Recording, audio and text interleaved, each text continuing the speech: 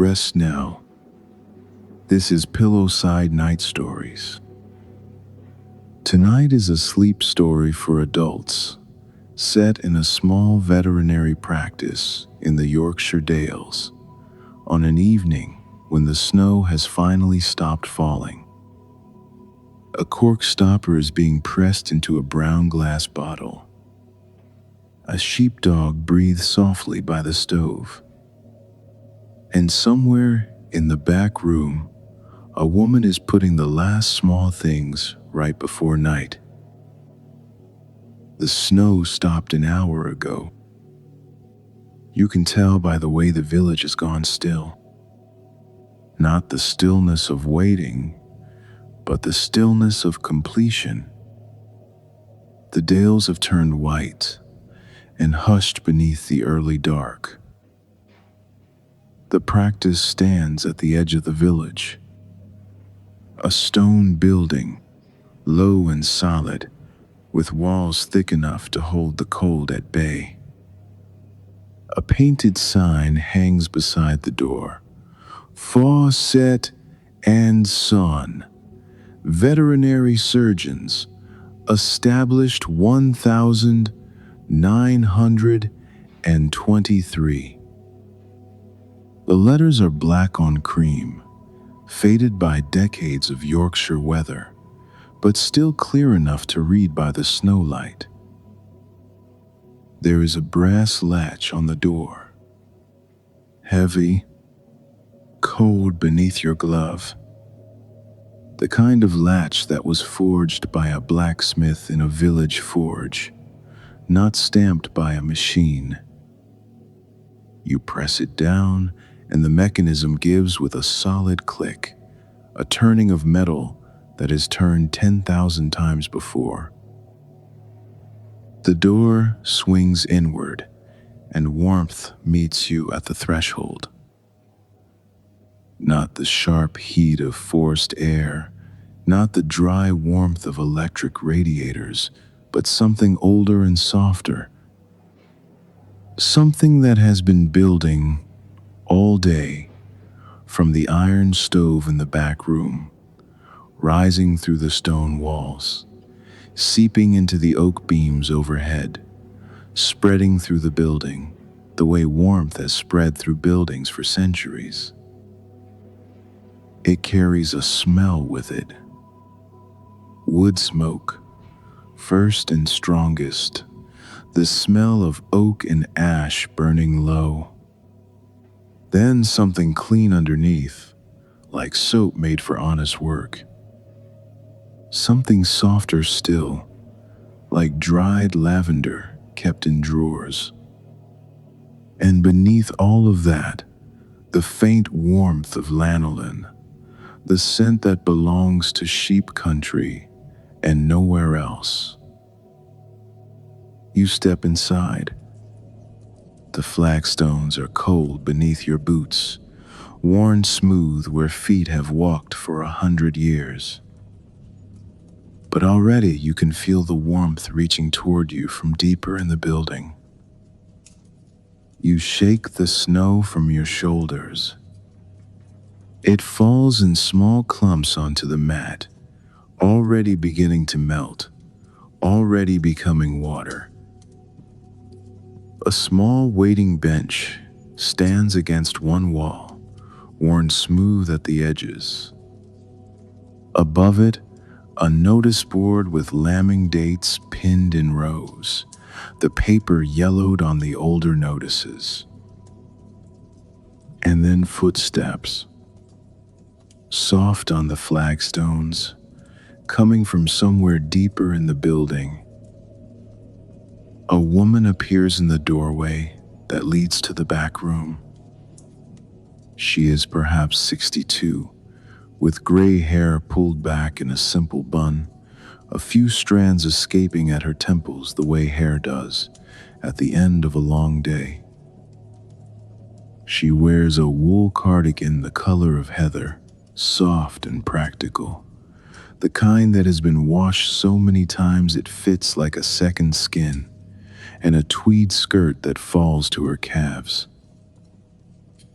Around her neck, on a thin cord, hang a pair of spectacles that catch the lamplight when she moves.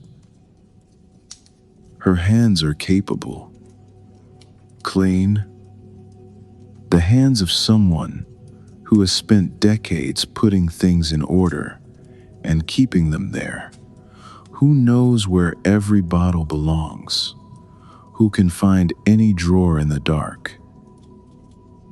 She looks at you.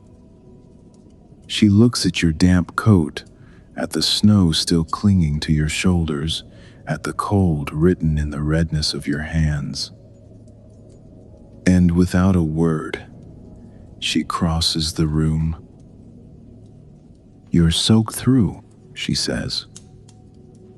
Her voice is unhurried, the voice of someone who has spent 30 years putting things in order and has no need to rush.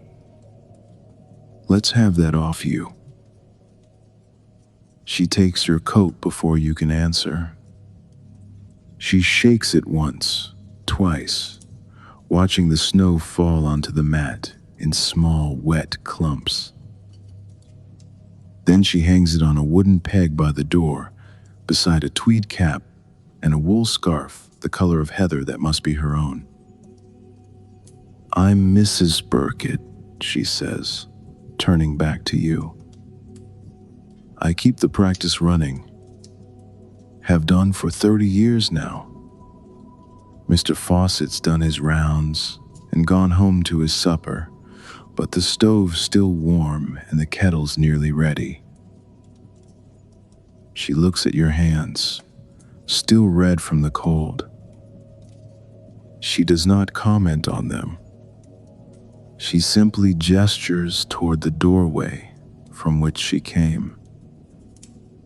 "Come through," she says. "The back room's warmer, and you look like you could use a cup of tea." She turns and walks through the doorway, her footsteps soft on the flagstones, expecting you to follow. And as you pass through the doorway, you see him, a shape by the stove, large, still, the shape of something breathing.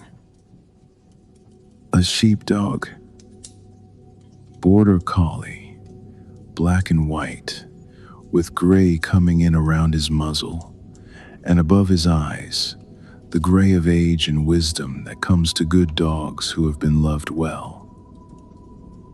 He lies on a wool blanket beside the iron stove, his head on his paws, his eyes half closed. The blanket is worn soft from years of use, faded from what was once red to a dusty rose, shaped by the curl of his body into a nest that fits him perfectly. He does not startle when you enter. He does not rise or bark or come to investigate. He simply opens one eye, looks at you with the calm assessment of a dog who has seen 10,000 visitors come and go, and then closes it again. His breathing continues. Slow, steady. Mrs. Burkett glances at him as she passes. "That's Moss," she says. "He's been here 8 years now. Came from Harker's farm as a pup when he was too gentle for the fells. The other dogs pushed him around, but here he found his place." Moss's tail moves once against the blanket, as if he knows he is being spoken of kindly. Then stillness again. The room Mrs. Burkett leads you into is smaller than the one you left. Perhaps 10 feet across, perhaps a little less. The walls are painted a cream that has aged over the decades into something closer to ivory, the color of old paper, the color of things that have been kept and cared for. The ceiling is low, as ceilings are in old Yorkshire buildings, keeping the warmth close. A single window looks out onto the lane, but the glass is old and thick, the kind of glass that was made by hand in a time before machines could make it perfectly flat. There is a slight wave in its surface, a ripple that makes the world outside look soft and uncertain. The frost has thickened at the edges, creeping inward in patterns that look almost deliberate, like ferns made of ice. Through it, the snow-covered village is only a blur of blue-white light. Against one wall stands a cabinet. Oak frame, glass front, brass handles, worn smooth by decades of reaching hands. The oak is dark with age, polished by the oil of countless palms that have gripped these handles over 70 years.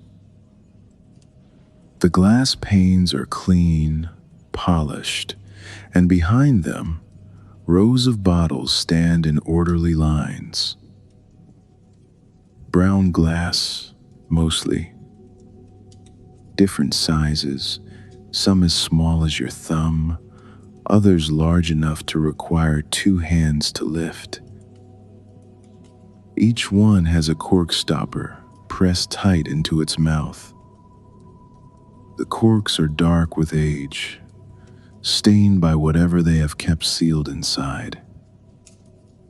Some bottles have labels printed in neat type. Others have labels written by hand in ink that has faded over the years to the color of weak tea. Mrs. Burkett opens one of the glass doors. It swings without sound, the hinges oiled and cared for, silent as breath. She reaches in and takes a bottle from the shelf, a small one, and holds it up to the lamplight. The brown glass glows amber where the light catches it. Warm and rich, like honey held up to the sun. She turns the bottle slowly, watching the colors shift as the angle changes. Brown glass, she says. Keeps the light out. She runs her finger along the label. The handwriting there is not hers. The letters are formed with a careful precision that is no longer taught in schools, the kind of script that came from hours of practice with pen and ink. Her finger pauses on the faded signature at the bottom. Mr. Fawcett's father, she says. 60 years ago, when he started the practice. She places the bottle back in its spot on the shelf, adjusting it so the label faces outward, exactly as it was. She closes the cabinet door. The latch clicks softly, brass against brass, a sound that this cabinet has made thousands of times before. On a workbench beside the cabinet, a set of brass scales stands waiting.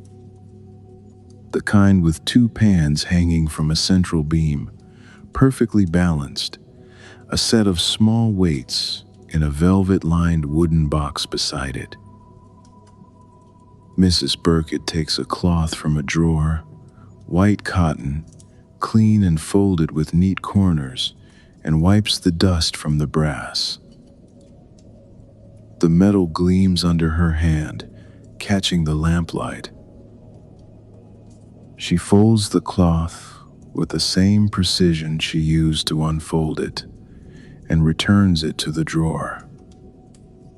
The drawer slides closed, wood against wood, with a sound that is almost a sigh. From another drawer, she takes a roll of bandages. White cotton, wrapped tight, the kind that unrolls smoothly without catching. She checks the roll, runs her thumb along the edge to make sure it hasn't been damaged, then places it back in its spot. The drawers are full. The bottles are labeled. Everything in order. A cork stopper lies on the workbench, waiting to be pressed into a bottle that stands open beside it. Mrs. Burkett picks it up, examines it briefly, turns it in her fingers to find the right angle. Then she presses it home. The sound is soft, satisfying. Cork against glass. A seal that will hold. Behind you, in the doorway, Moss stirs. You hear the soft tick of his collar tag against the flagstone floor as he shifts his weight. The faint sigh of his breath as he adjusts his position. He has followed you in his slow, unhurried way, the way old dogs follow when they want to know where everyone is. Now he stands in the doorway, watching. Mrs. Burkett looks at him, and something in her face changes, softens. He knows when the day's done, she says. Better than any of us, really. Better than the clock on the wall. When Moss lies down by the stove, the work is finished. When he gets up and follows, he's making sure we're all where we should be. Moss's tail moves once. A slow acknowledgement. Then he turns and pads back toward the stove, his claws clicking softly on the flagstones, a sound like a very slow clock measuring time in its own unhurried way. Mrs. Burkett gestures toward the back room. "The kettle," she says. "It'll be singing by now." The back room is where the day ends. It is smaller still than the dispensary, more intimate, the heart of the building where the work gives way to the waiting. The walls are the same aged cream, but here they are lined with photographs and calendars and notices pinned to corkboards, the accumulated paper of 70 years of practice. A small iron stove stands against one wall, black and solid, cast from Yorkshire iron in a foundry that closed before the war. The kind of stove that was made to outlast the people who use it, and has. The fire inside has been banked low for the evening, the coals glowing amber through the grate, giving off a steady heat that fills the room without overwhelming it. On top of the stove, a copper kettle sits waiting. As you enter the room, it begins to murmur. A low sound at first, almost below hearing, the sound of water thinking about boiling.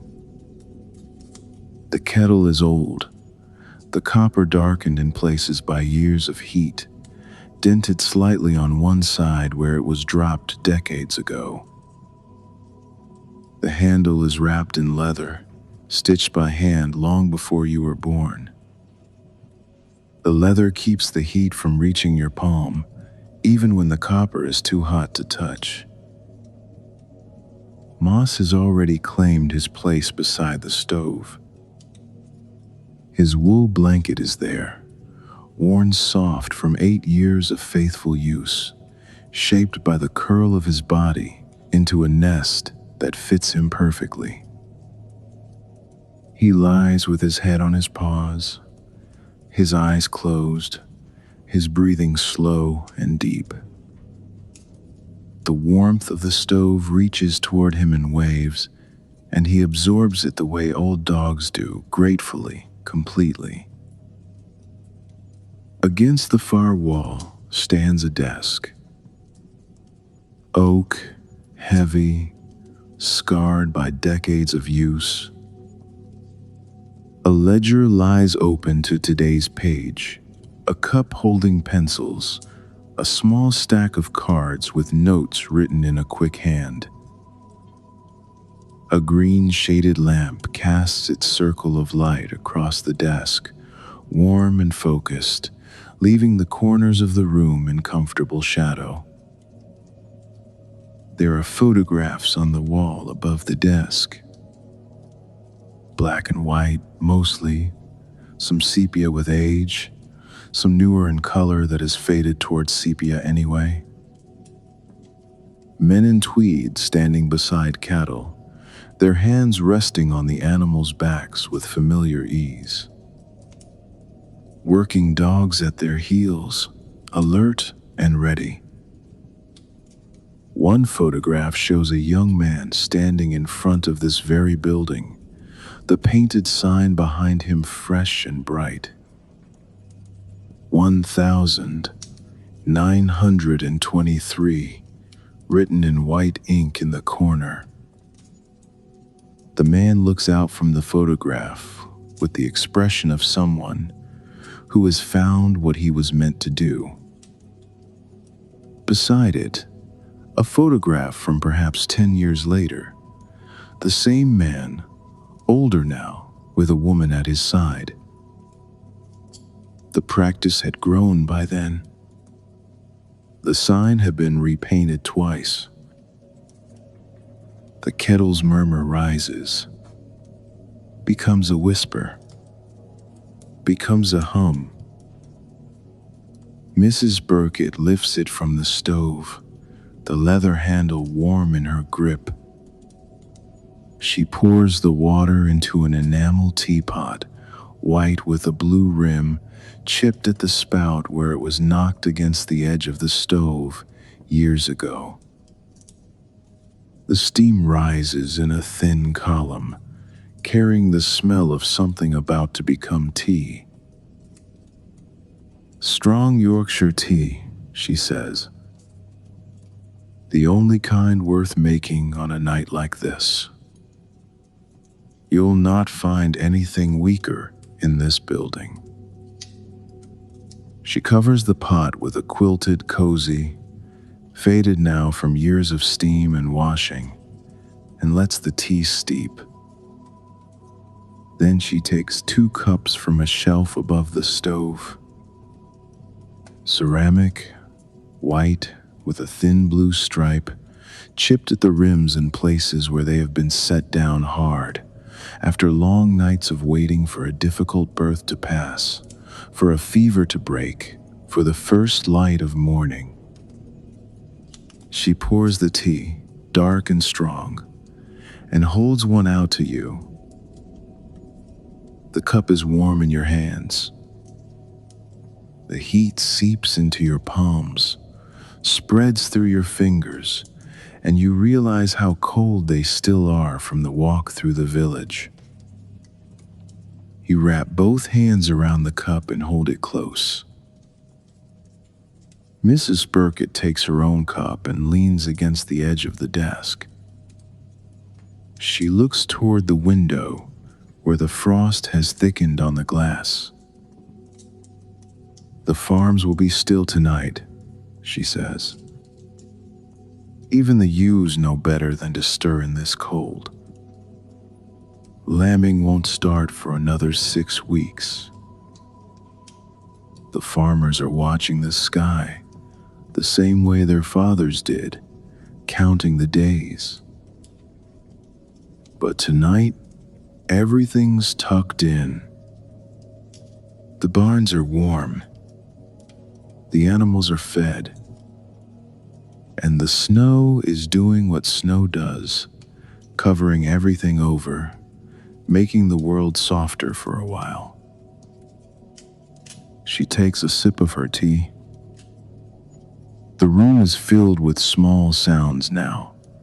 The soft tick of the stove as the metal cools, the slow breathing of the dog by the hearth, the distant whisper of snow against the window. 70 lambing seasons this practice has seen, she says.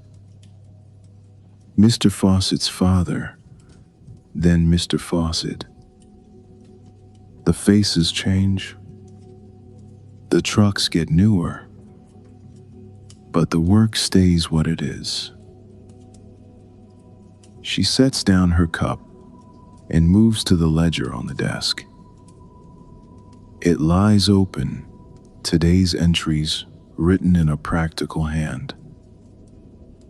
She takes a pencil from the cup, makes a small mark at the bottom of the page, then closes the ledger and tucks the pencil into the spine. Done for tonight, she says. She moves toward the coat hooks by the door. Her coat hangs there, heavy wool, dark green with brass buttons. She takes it down and shrugs it on, wraps her scarf around her neck. The heather gray disappears beneath the collar. By the door, a brass bell hangs on a hook. The night bell. It has rung 1,000 times over the years, in rain and snow and wind, calling Mr. Fawcett or his father before him out into the dark.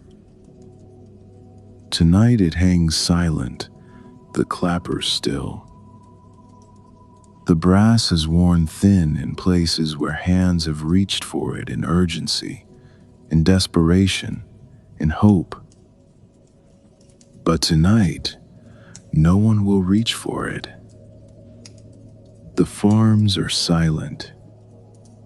The animals are where they should be. Mrs. Burkett opens the door. A breath of cold air slips in, carrying the smell of snow and night and the clean, sharp scent of winter in the Dales. She pauses on the threshold and looks back at you, then at Moss, still sleeping by the stove, then at the room itself, the lamplight, the warmth, the order she has spent the evening putting in place. The stove will see you through till morning, she says. Moss will keep you company. He's good at that. Always has been. And then she steps through the door and pulls it closed behind her. The brass latch clicks. Her footsteps crunch on the snow outside, soft at first, then softer, then gone. And then there is only the sound of the stove ticking and Moss breathing and the silence that snow brings to a village at night. The kind of silence that has weight to it.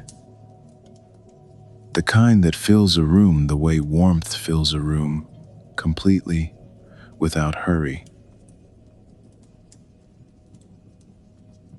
The stove ticks as the metal cools. A soft sound, irregular, like a heartbeat that has no need to keep perfect time. The lamp burns steady on the desk, its green shade casting a circle of warmth that does not quite reach the corners of the room.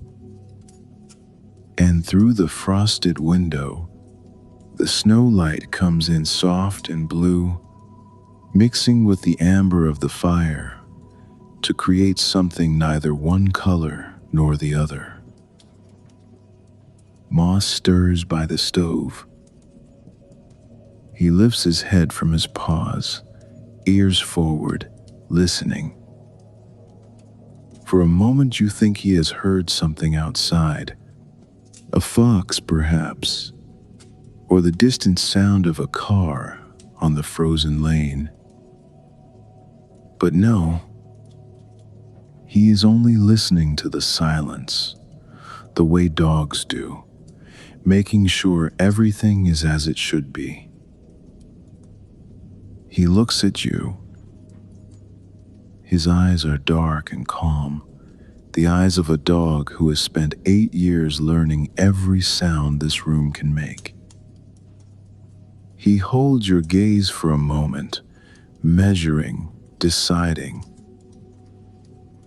Then, satisfied, he lowers his head back to his paws and sighs. After that sigh, the stove becomes the loudest thing in the room. You cross to the chair by the stove. It is a leather armchair, old and worn, the kind that was made when furniture was expected to last for lifetimes, to be passed down, to hold generations of sitters. The leather is cracked in places, showing the pale underlayer beneath, softened in others by the pressure of bodies, by the warmth of the stove, by decades of people sitting just where you are about to sit. The springs have learned the shape of 1,000 different weights. You sit.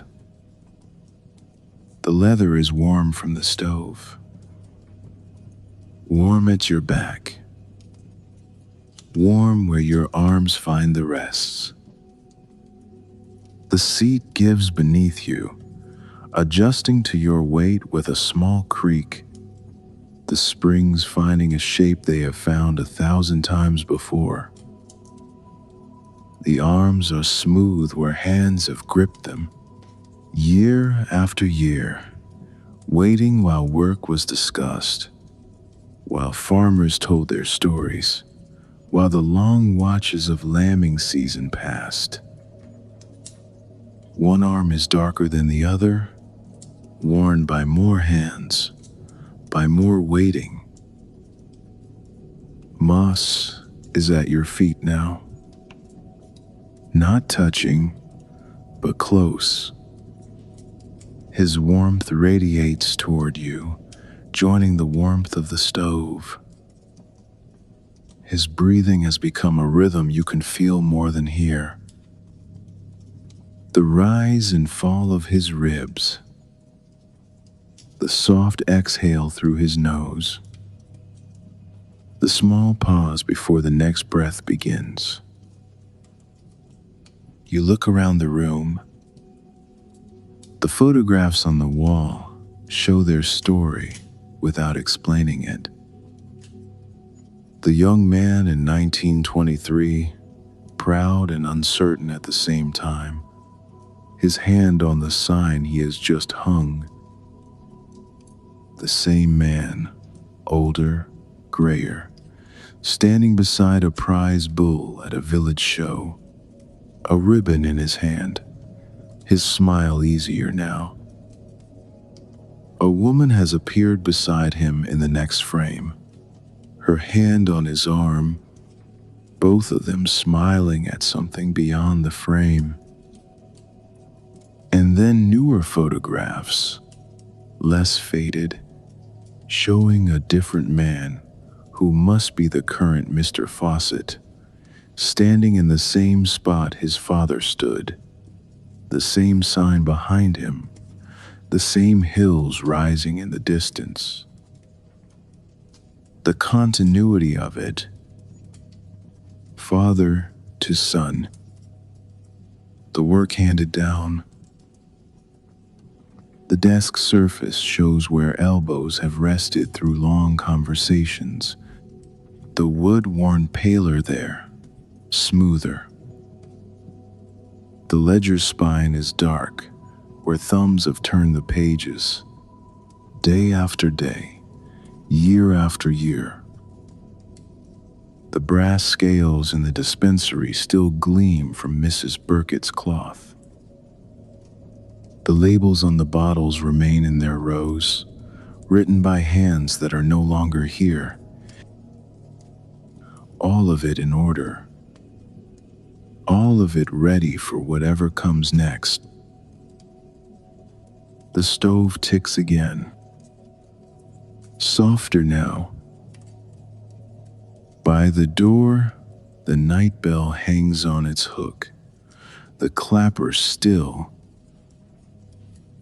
Outside, the snow lies thick against the window. The village has disappeared into the night. The frost has crept further across the pane, its fern patterns thickening at the corners. Moss shifts at your feet. His collar tag makes a small sound, a single tick against the flagstone. And then he is still again. The stove burns lower now.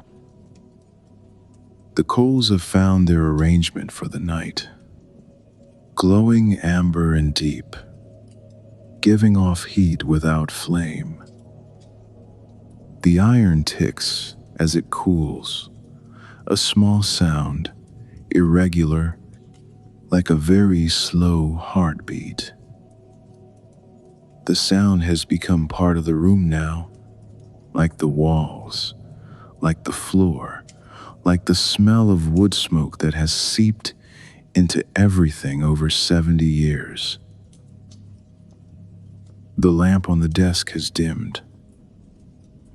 Its circle has grown smaller, the green shade darker, the light beneath it softer. The shadows in the corners have deepened. The cabinet glass catches the last of the lamplight. The brass handles have gone dark. The leather of the chair has warmed completely beneath you. The seat has shaped itself to you, the way it has shaped itself to 100 others. Your shoulders have found a place against the back. Your arms have found the rests. Your hands have uncurled, palms open, fingers loose. Moss breathes on beside you. His rhythm has not changed since Mrs. Burkett left.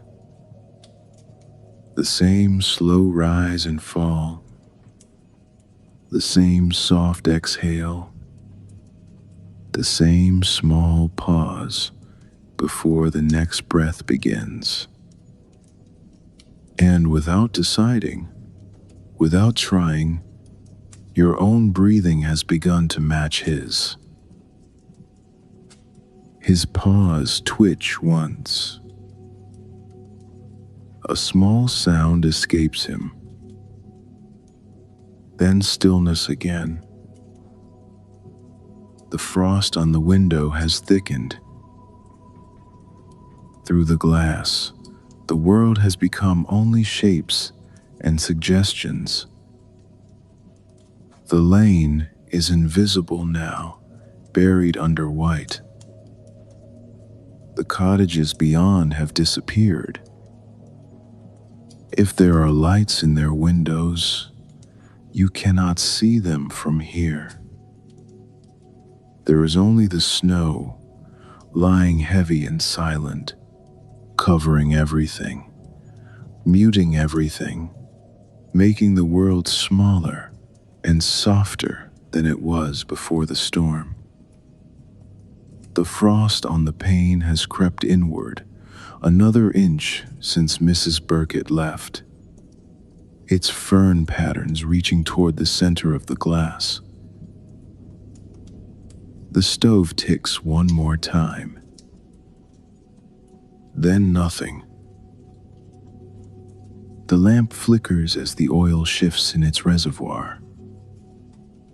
Then steady again, but lower. The wick has burned down another 1/4 inch since nightfall. The circle of light has retreated to the desk now, leaving the rest of the room to the amber glow of the coals. The green shade has gone darker. The brass base has gone cool. The cabinet in the dispensary stands closed, then the bottles in their rows, the corks pressed tight, the labels facing outward, just as Mrs. Burkett left them. The glass doors catch the last of the lamplight from the doorway, a faint gleam that will fade before morning. The ledger on the desk lies shut, the pencil in its spine, tomorrow's page waiting for entries that will come when the sun rises over the Dales. The teacup sits empty on the desk, the last warmth long gone, a faint ring of brown where the tea once was. The cozy still covers the teapot, but that too has gone cold. The warmth from the stove lies across you. The leather is warm beneath you. Moss breathes on. The sound of it is steady now and slow. Your eyelids have grown heavy. The light from the lamp is only a suggestion now, a small glow at the edge of vision. Moss sighs at your feet. A long breath. Release slowly. His ribs fall and do not rise for a long moment. Then rise again, slow and steady, slower than before. The coals dim at the edges, amber at the heart. The lamp narrows to the desk. Moss shifts once. His collar tag ticks against the flagstone. Then stillness. Beyond the frosted pane, the snow keeps its hush. The warmth remains where Mrs. Burkett left it. The lamp burns lower. The dog breathes on. Before the next small sound from the iron grate, you sleep.